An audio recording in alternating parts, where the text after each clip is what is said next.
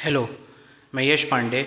जैसे कि अभी आपने मेरे वीडियो का थंबनेल देख ही लिया होगा कि मैं इतने दिनों बाद आ रहा हूँ। तो आज मैं जिस टॉपिक पे बात करना चाहता हूँ वो ये है कि जैसे मैं हमेशा ये सोचता था बहुत पहले टाइम में कि जितने भी हम ये देखते हैं कि जितने भी हमारे देश में जो कोर्ट में जो सिविल केसेस होते हैं, जो ये ज़मीन के केसेस होते हैं कि जिसमें भाई भाई एक दूसरे पे केस करते हैं, भाई बहन एक दूसरे पे केस करते हैं, बहनें बहनें भी करती हैं।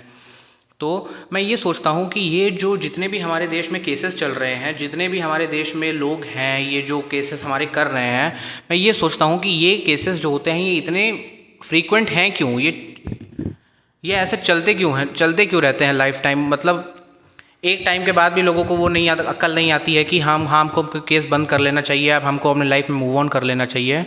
बट अनफॉर्चुनेटली ऐसा होता नहीं है, क्योंकि आखिर में ना ये बहुत बड़ा एक प्रिजनर्स डिलेमा है। ये प्रिजनर्स डिलेमा होता है कि एक सिचुएशन है ऐसी, हाइपोथेटिकल मान के चलते हैं कि एक सिचुएशन ऐसी है कि जहाँ पे कोऑपरेट करने में दोनों पार्टीज़ का फ़ायदा है, और एक सिचुएशन ऐसी है जहाँ पे कोऑपरेट करने में दोनों पार्टीज़ का नुकसान है। बट येट पीपल चूज़ कि वो हम दोनों एक दूसरे के साथ कोऑपरेट नहीं करेंगे, हम दोनों नुकसान करेंगे, जबकि कोऑपरेट करने में दोनों का फ़ायदा होता है। तो यहाँ पे क्यों? क्योंकि ईगो क्लैशेस आ जाती हैं। तो जब भी जो ईगो क्लैशेस होती हैं हमारी लाइफ की, कि जब भी आपको किसी भी बात को लेके ईगो है कि मेरा जो भाई है वो मुझसे ज़्यादा कमाता है, या मेरी भाई की बीवी मुझसे ज़्यादा, उससे ज़्यादा मेरी बीवी से ज़्यादा सुंदर है, उसके बच्चे अच्छे कर रहे हैं, या इसके बच्चे अच्छे कर रहे हैं। हालांकि रियल लाइफ में किसी की लाइफ इतनी झींगा लाला नहीं होती है कि यहाँ से भी अच्छा हो रहा है, वहाँ से भी, हर एंगल से लाइफ में आपकी अच्छा होता है, ऐसा होता नहीं है जनरली। मतलब नॉर्मल तेल होता नहीं है जनरली।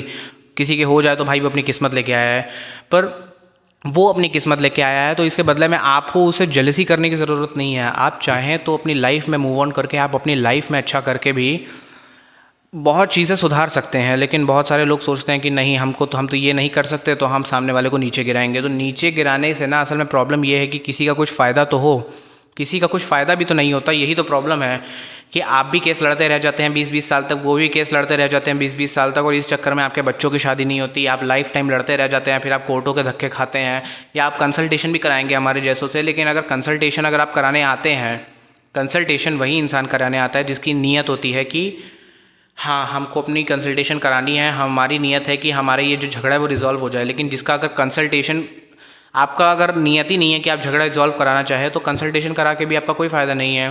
कंसल्टेशन, क्योंकि कंसल्टेशन कराने के लिए नीयत चाहिए। कोर्ट में आप 20-20 साल लड़ने के लिए तैयार हो, पर आप ये नहीं सोच रहे हो कि चलो भैया ये बैठ के सेटल ही कर लिया जाए केस, क्या पता कुछ ऐसा फैसला निकल जाए, कुछ ऐसी बात हो जाए जो दोनों को ही पता ना हो। आपको नहीं पता, हो सकता है आपके पेरेंट्स की वजह से कुछ हो रहा हो, या आप लोगों के अपने हस्बैंड वाइफ को सुन के कुछ ऐसा आपके दिमाग में आ रहा हो जो आपको नहीं आना चाहिए।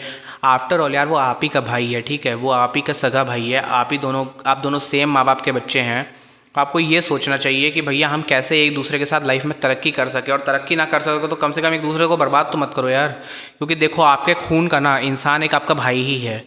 तो अगर आप अपने भाई से भी लड़ के बैठ जाएंगे ना, तो इस दुनिया में फिर आपका कोई रहेगा नहीं। क्योंकि देखो, आपकी बीवी आपको छोड़ के जा सकती है, आपके बच्चे भी कल को अपनी लाइफ में सेटल हो जाएंगे, लेकिन आपका जो भाई है वो आपके साथ रहेगा। ठीक है, वो पूरे टाइम साथ नहीं रह सकता भाई, देखो सबकी फैमिली होती है, सबका कुछ ना कुछ ऐसे चल रहा होता है लाइफ में। किसी की लाइफ ऐसे एकदम नहीं होती कि एकदम आप फ्री होकर बैठ जाएंगे और आपको लगेगा कि हाँ। बट हाँ, आप ये कर सकते हैं कि भैया आप फैमिली में रिलेशन ख़राब तो मत कराओ, क्योंकि आप दोनों अपने रिलेशन ख़राब कराओगे तो कल को आपके बच्चे एक दूसरे से बात नहीं करेंगे। तो मेरे हिसाब से वो सबसे बेकार चीज़ है कि ये तो मत कराओ, कम से कम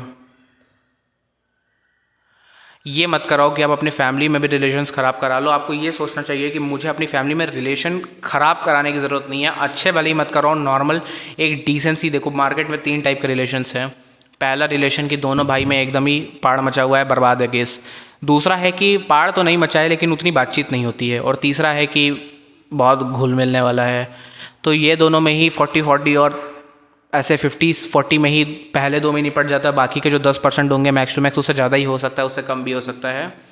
इसी में हो रहा है जो हो रहा है कि दिक्कत है केसेस में। तो मैं यही चाहूँगा आखिर में फाइनली कि जो हमारे लिटिगेशंस है वो कंसल्टेशन से रिजॉल्व हो, कोर्ट के अंदर जाने की आपको ज़रूरत नहीं है। क्योंकि हमारी कोर्ट्स फ़िलहाल इस लायक ही नहीं है कि वो इस केसेस को सॉल्व करा सके, और आप बहुत परेशान हो जाएंगे, आप एड़ियाँ घिसते रह जाएंगे, आप वकीलों को सिर्फ पैसे देते रह जाएंगे लाइफ टाइम, और तब भी आपका रिजल्ट नहीं निकलेगा, और आप ही के पैसों से वो वकील एक नया घर खरीद लेगा।